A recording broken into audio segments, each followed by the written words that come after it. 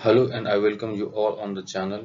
Today I will deal with permutation and combinations.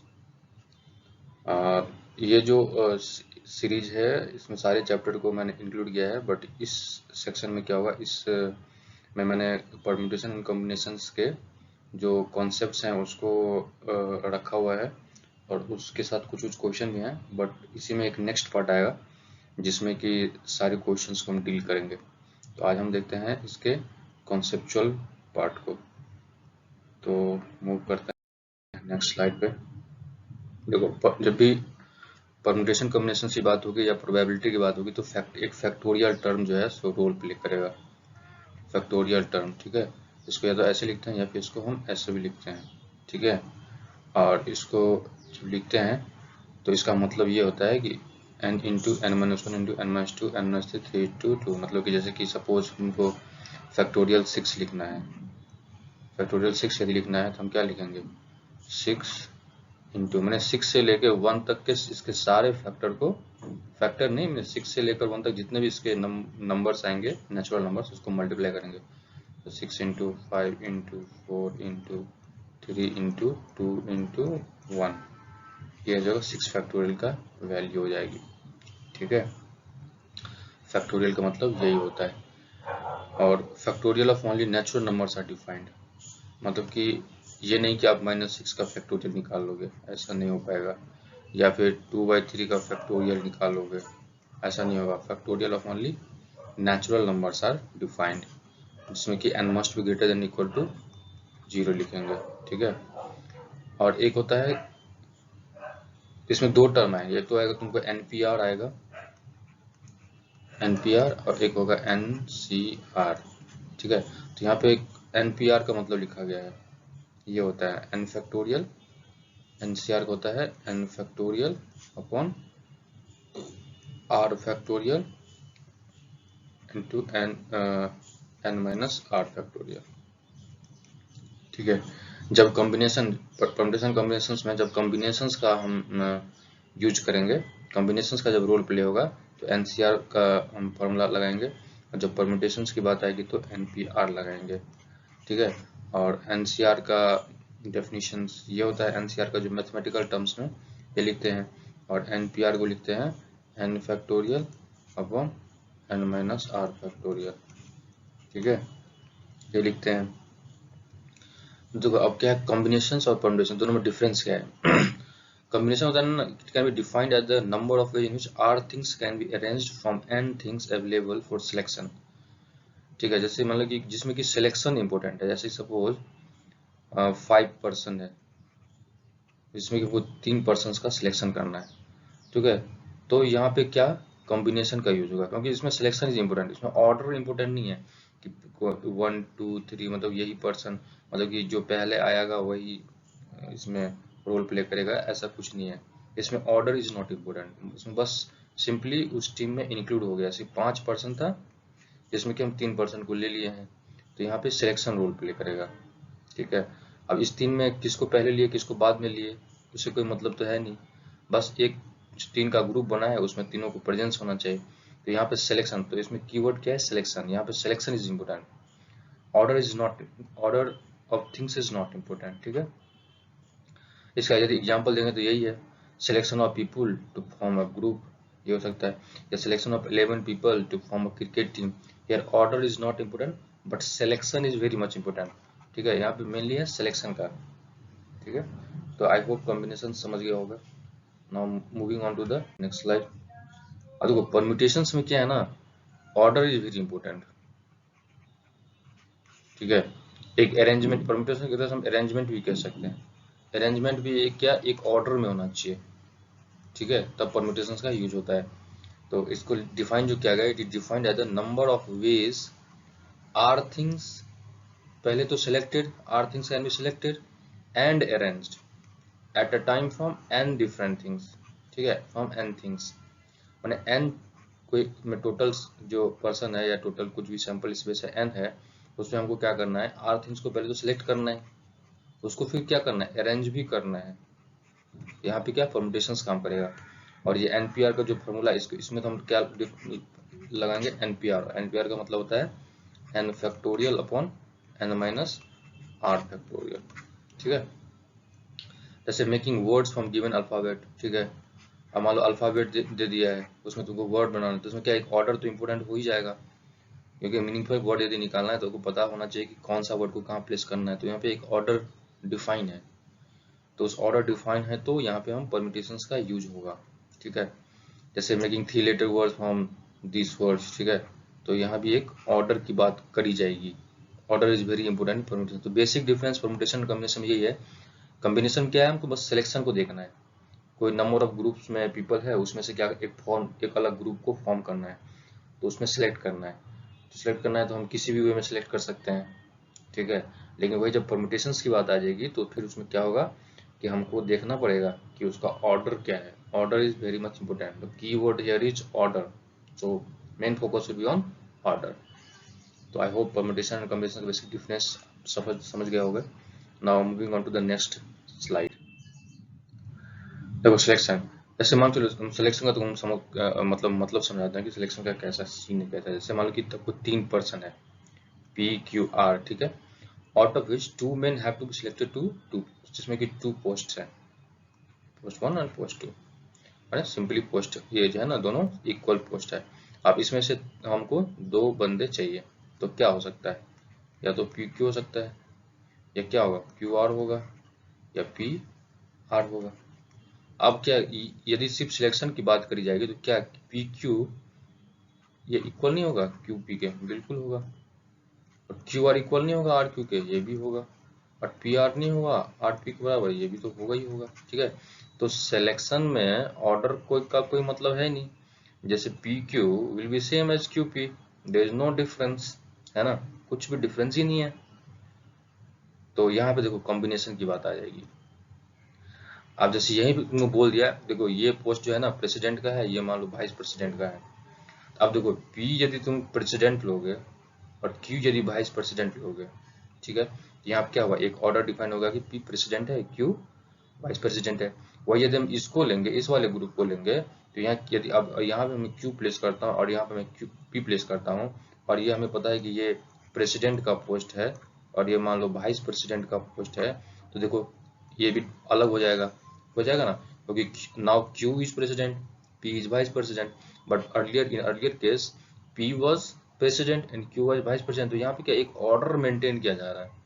जब भी order की बात होगी तो परम्यूटेशन की बात होगी, जब भी ऑर्डर की बात नहीं होगी, जब भी सिर्फ सिलेक्शन की बात होगी तो कॉम्बिनेशंस की बात होगी। तो आई होप इस एग्जांपल से आप परम्यूटेशन और कॉम्बिनेशन का मतलब तो समझ ही गए होंगे। ठीक है, आज जैसे 3C2 लिखा है तो उसको हम कैसे लिख सकते हैं, 3C2 को कैसे लिख सकते हैं, इसको सिंपली लिख सकते हैं 3 factorial upon 2 factorial into 1 factorial. अब जैसे होता है ना NCR, जब लिखते हैं NCR लिखते हैं, क्या लिखते हैं, n factorial upon r factorial और n माइनस r का फैक्टोरियल। तो इसको देखो इस तरह से हो जाएगा। ठीक है, this is good. If we have to choose 2 person, one as a captain and other the vice captain, then order is important. Here we will write to ऐसा लिखेंगे। ठीक है, तो परम्यूटेशन कॉम्बिनेशन का बेसिक डिफरेंस समझ गए होंगे। Selection का क्या मतलब है ये भी समझ गए, मैंने आपको एक एग्जांपल भी दिया, इससे भी आप समझ गए होंगे। ठीक है, now moving on to the next slide. अब देखो एक है ना MNP रूल है। ठीक है, इसमें क्या है ना कि आप ना मतलब कि 3P2 3C2 को बिना लगाए हुए, यदि आप उस सेंस बढ़िया काम कर रहे हैं, आपको ऑब्जर्वेशन बढ़िया है, तो आप उससे भी क्वेश्चंस को कर सकते हैं। ठीक है, जैसे कि मान लो यदि मान लो 3 काम हमको करना है, 3 things has to be done and they are. ठीक है, तीन चीज हमको करना है, जिसमें कि एक M काम है, एक N काम है, एक P काम है। तो मान लो एक काम करने के M तरीके हैं, मान के चलो। ठीक है, मैंने फर्स्ट काम करने के M तरीके हैं, तो ये M हो जाएगा। सेकंड काम करने के N तरीके हैं एंड थर्ड काम करने के P तरीके हैं। ठीक है, तो यदि हमको टोटल काम मैंने फाइनल काम कंप्लीट करने के तरीके हमको निकालने पड़ेंगे, तो सिंपली क्या होगा M into N into P। ठीक है, समझ गया, तो इसको बोलते हैं MNP रूल। जैसे कि मान के चलो, मान लो ये A है, B है, C है, D है। यदि मान के चलो ए से लेकर डी तक के जाने में 3 रास्ते हैं जाने के। सपोज इसको हटा दो, फिलहाल के लिए। यदि ए से डी तक जाने में 3 रास्ते हैं, ठीक है, और मान लो बी से डी तक जाने में सपोज 2 रास्ते हैं, और सी से डी में जाने में 1 रास्ता है, तो टोटल कितने रास्ते होंगे?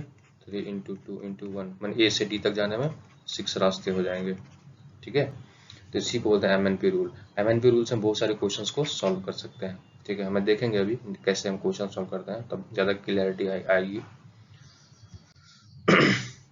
जैसे देखो 1 2 3 4 5 6 है, जिसमें हमको 4 डिजिट नंबर हमको फॉर्म करना है, ठीक है।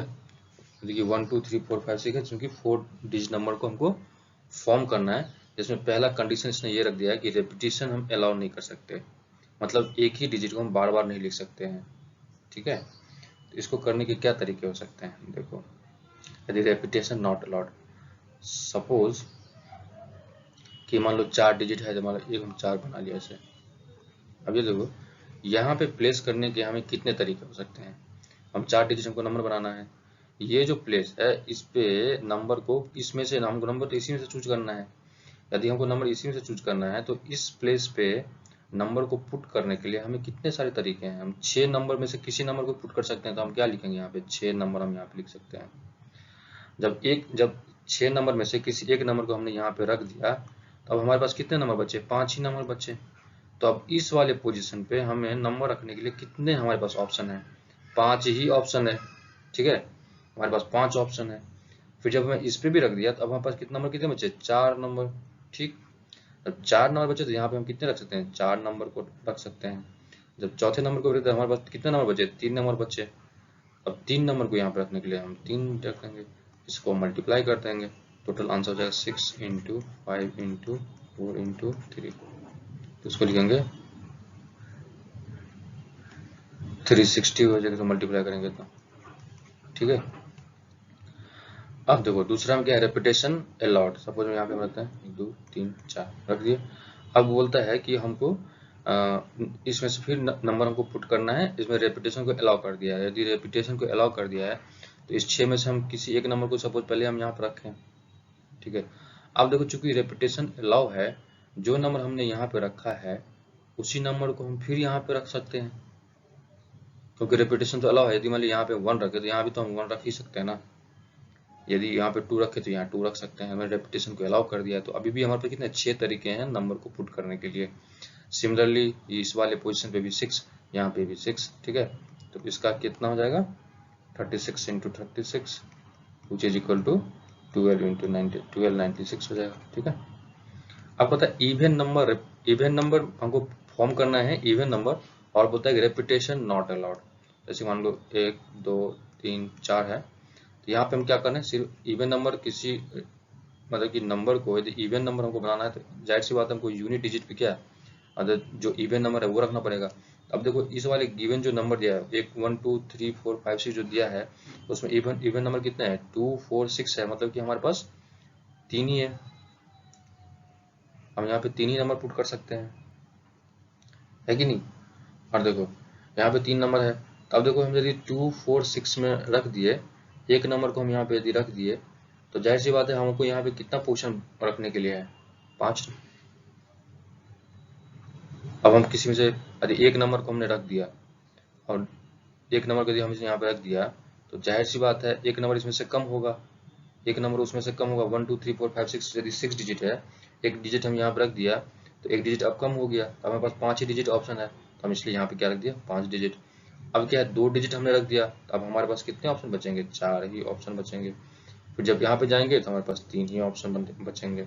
फिर हमको टोटल यदि हमको ये फाइंड आउट करना कि कितना हमको परम्यूटेशन माने कितना हमको नंबर बनेगा, इस सबको मल्टीप्लाई कर देंगे। 3 × 4 × 5 × 3 हो जाएगा 5 चौक 20 छक्के 180।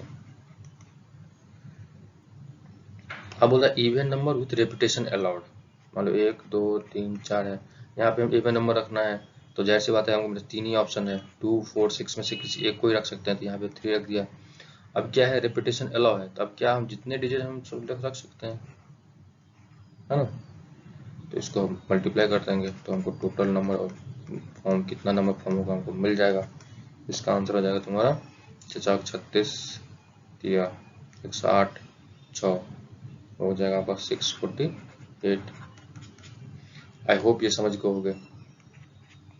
MNP रूल से बनाना बहुत क्वेश्चन आसान हो जाता है, तो ये एक फायदे का हो जाएगा, अपना सॉल्व हो जाएगी। Now moving on to the next section. अब देखो इसमें है कि number of arrangement, number of permutation of n different things taken all at a time. ठीक है,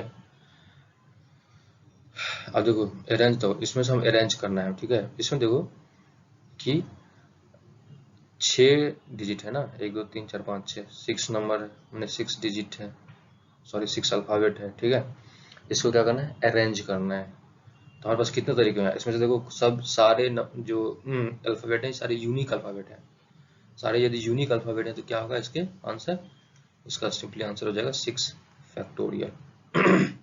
ठीक है, अब यदि देखो टीचर को यदि हमको अरेंज करना पड़ेगा, तो ये देखो कि टीचर को यदि हम अरेंज करेंगे तो हमको सबसे पहले इसमें पता चेक करना पड़ता है कि कितने डिजिट रिपीट मार रहे हैं। इसमें देखो ई जो है ना, ई और यहाँ पे है ई, ये 2 बार आ गया है, और इसमें और कोई डिजिट रिपीट नहीं कर रहा है। बाकी हम गिन लेंगे 1 2 3 4 5 6 7। ठीक है, 7 नंबर है, 7 क्लास मैंने 7 डिजिट 7 अल्फाबेट है, तो हम क्या करेंगे 7 फैक्टोरियल लिखेंगे। और जितने भी जो अल्फाबेट हैं जो रिपीटिंग मोड में जा रहे हैं, जैसे कि ई जो है 2 बार रिपीट हुआ है, तो इसको हम क्या करेंगे 2 फैक्टोरियल से डिवाइड कर देंगे। ठीक है, इसके आंसर हो जाएंगे 7 फैक्टोरियल का वैल्यू होता है 5040, इसको 2 से डिवाइड कर देंगे, तो इसका आंसर हो जाएगा 2520। अब सपोज आपको बनाना जो है इसको है ना, आपको अरेंज करना है, तो कैसे करेंगे। सबसे पहले तो हम गिनेंगे कि इसमें नंबर कितने हैं, 1 2 3 4 5 6, 6 फैक्टोरियल, इतने नंबर होंगे जो कि क्या है नंबर है, टोटल अल्फाबेट है इसमें। अब देखना पड़ेगा कि हमको कितने ऐसे अल्फाबेट हैं जो रिपीटिंग मोड में है। तो देखो ए जो है 3 बार रिपीट किया है, तो हम 3 फैक्टोरियल से डिवाइड करेंगे, इनटू एन जो है 2 फैक्टोरियल से डिवाइड करेंगे। तो देखो देखो जो भी रिपीटिंग मोड में जाएंगे ना उसको नीचे में रखना होगा। ठीक है, तो अब देखो इसमें क्या है कि 6 फैक्टोरियल का वैल्यू होता है 720, और 3 फैक्टोरियल का वैल्यू होगा 6 इंटू 2, ये होगा 12 छक्के 72, मतलब कि 60 वर्ड्स रहेंगे। ठीक है, ये क्वेश्चन आप समझ गया होगा, अरेंजमेंट वाला, ये फैक्टोरियल पे बेस्ड क्वेश्चन था। ठीक है,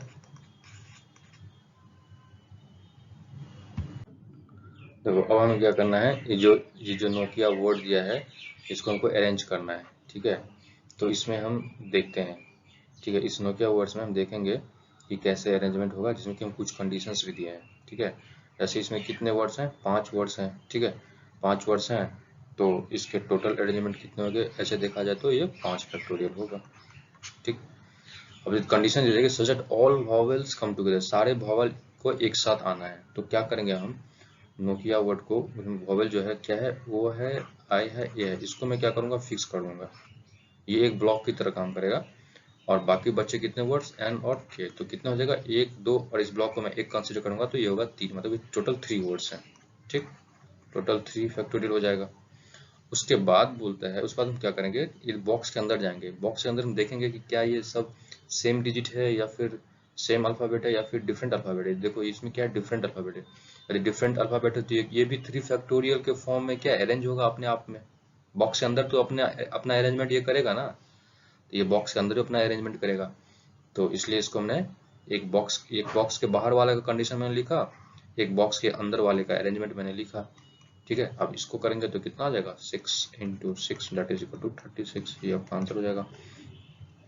फिर जैसे बोलता है कि all vowels never come together, इसको निकालने के लिए क्या करेंगे, यदि हम टोटल अरेंजमेंट में से यदि कि हम ये वाला पार्ट निकाल लिए, जैसे कि such that all vowels come together, ये वाला पार्ट यदि हमने माइनस कर दिया तो हमको मिल जाएगा ना all vowels never come together, तो इसके आंसर कितने आ जाएंगे 84 आंसर हो जाएंगे।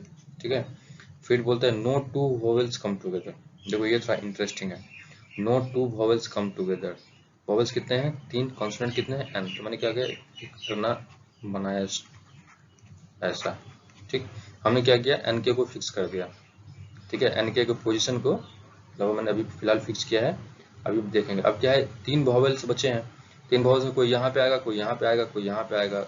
इसके वॉवेल्स के पोजीशन फिक्स्ड है, वॉवेल्स इधर उधर जा नहीं सकता, इसी में कहीं ना कहीं आएगा।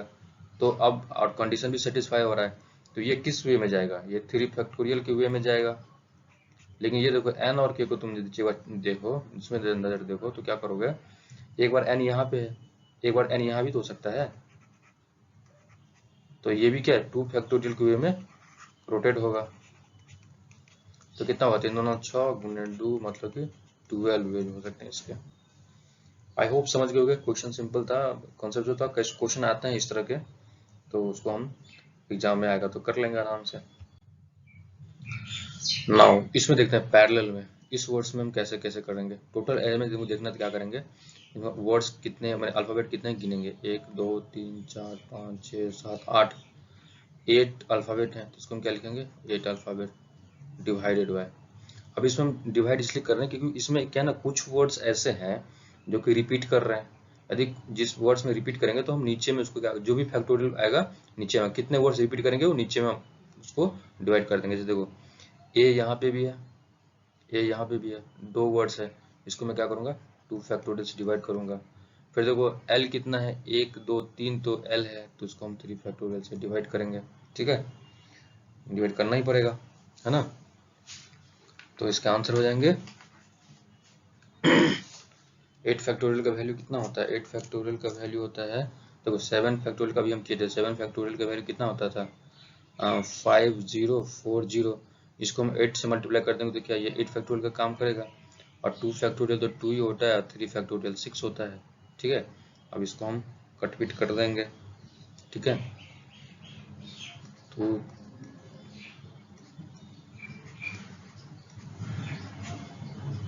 हो जाएगा 16 3 18 49 50 2 0 3 8 24, ठीक है। इसका आंसर हो जाएगा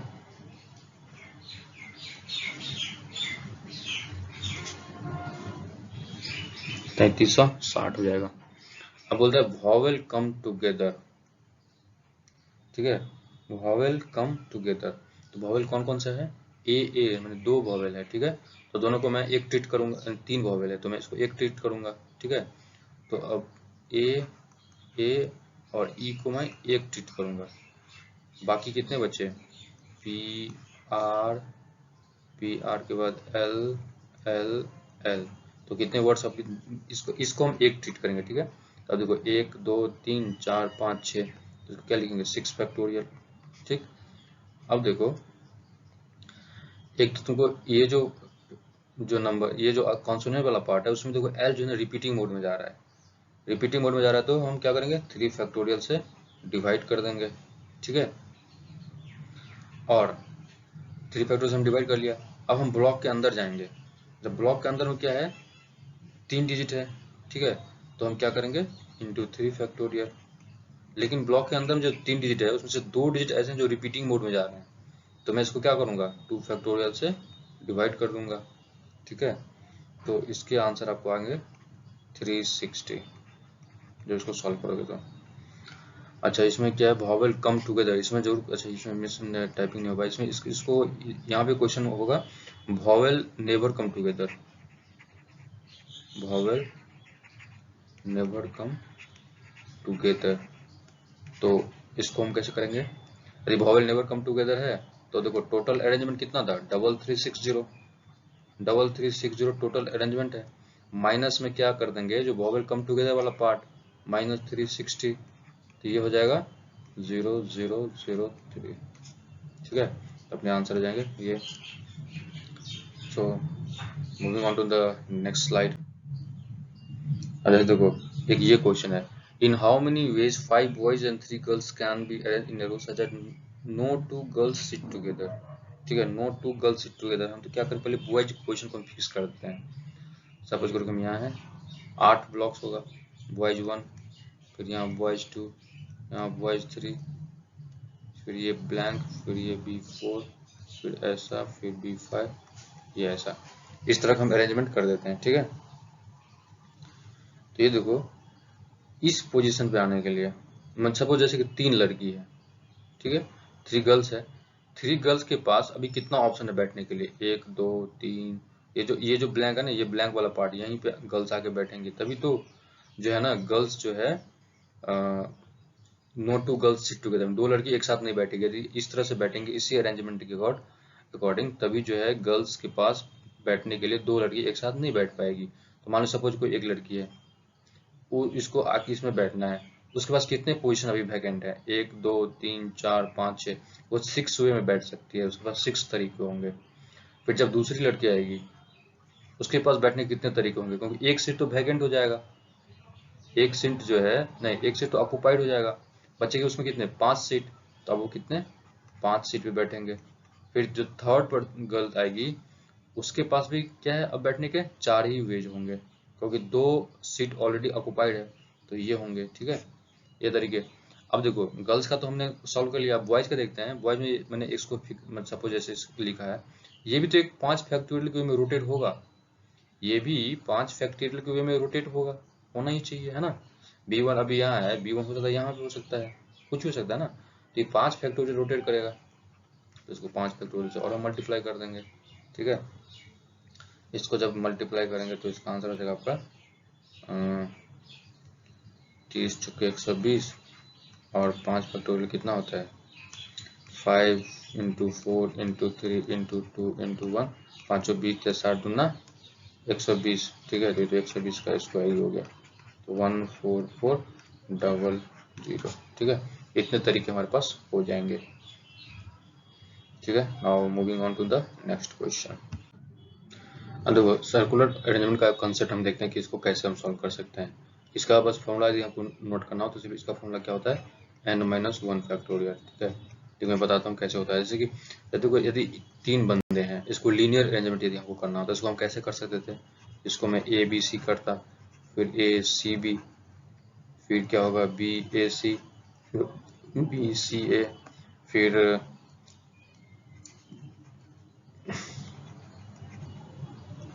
ठीक है लीनियर अरेंजमेंट। अब देखो इसमें क्या है, सारे यूनिक हैं, ठीक। इसको 6 पॉसिबल वे हुए। वही यदि मैं सर्कल में करता, सपोज यहाँ पे मैं A लिख दिया, यहाँ पे B लिख दिया, यहाँ पे मैं C लिख दिया, ठीक है। अब देखो यदि मैं A से चल रहा तो इसके क्या होंगे, ABC, फिर होंगे BAC, सॉरी BAC नहीं होगा, BCA, मैंने इधर जा रहा हूँ, ए पहले ABC, फिर B से शुरू किया BCA, फिर C से शुरू किया तो CAB, ठीक है। तो ये तीनों क्या है, एक तरह से देखा जाए तो ये सेम है, ठीक है, सेम ही होंगे, क्योंकि यहाँ पे स्टार्टिंग पॉइंट को फिक्स नहीं किया गया। और अभी मैं क्या चल रहा हूँ, क्लॉकवाइज, मतलब कि क्लॉकवाइज चल रहा हूँ, ठीक है। अगर मैं एंटी क्लॉकवाइज चलता तो क्या होता, CAB, ABC, फिर क्या होगा BCA, ठीक है। अब क्या इसमें क्या है, इसके अरेंजमेंट भी क्या है, ये तीनों आपस में सेम है, क्योंकि इसमें भी क्या स्टार्टिंग पॉइंट को हम कभी फिक्स नहीं किया है। सर्कुलर अरेंजमेंट में कोई भी बंदा, किसी को तुम ये नहीं बोल सकते हो ना, जैसे कोई एक सर्कुलर टेबल पे कोई बैठा हुआ है तो कोई ये थोड़े बोल सकते हैं कि ये स्टार्टिंग पॉइंट हो सकता है, यदि यदि हम हिरार्की तय नहीं करें तो, ठीक है। तो हम लिख सकते हैं, तो इसका 2 पॉसिबल वेज होते हैं, ठीक है। तो यदि डायरेक्ट फॉर्मूला से हम निकालना हो तो सिंपली क्या करेंगे, n-1 फैक्टोरियल से हम निकाल लेंगे, ठीक है। जैसे सपोज कि 5 पर्सन को अरेंज करना हो सर्कुलर टेबल, तो इसके टोटल अरेंजमेंट कितने होंगे, 5-1 फैक्टोरियल, ठीक है, ठीक है। एक तो ये केस हुआ, दूसरा केस ये होता है ना कि clockwise and anti clockwise objection is not different, ठीक है। जैसे कि मैंने क्लॉकवाइज और एंटी क्लॉकवाइज दोनों मतलब यदि सेम होगा, जैसे आप एग्जांपल मैं आपको देता हूँ, नेकलेस का केस है सपोज, ठीक है। यदि आप गले में नेकलेस फिक्स कर पहनते हो तो उसमें क्या एंटी क्लॉकवाइज और क्लॉकवाइज ऑब्जेक्शन को कोई मतलब है तो है नहीं, ठीक है। तो उस केस में क्या होगा, जो टोटल अरेंजमेंट होगा वो हो जाएगा n-1 फैक्टोरियल डिवाइडेड बाय 2, ठीक है। अब इस पे और क्वेश्चंस करेंगे तो हमारी जो है ना कंसेप्ट और क्लियर होगा। अभी नेक्स्ट जो इस पे वीडियो हम लाएंगे तो उस पे हम क्या करेंगे, इस पे ढेर सारा क्वेश्चन करेंगे, तो हमारा सारा परम्यूटेशन कॉम्बिनेशन और सर्कुलर अरेंजमेंट का क्वेश्चन सॉल्व हो जाएंगे, और जो एग्जाम में आते हैं सारे कॉन्सेप्ट लगभग क्लियर हो जाएंगे क्वेश्चंस के माध्यम से।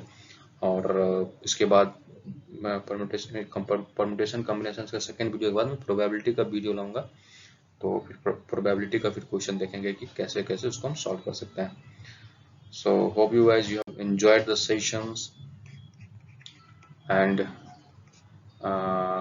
उसके बाद हम फिर प्रोबेबिलिटी को देखते हैं। Okay guys, thank you a lot.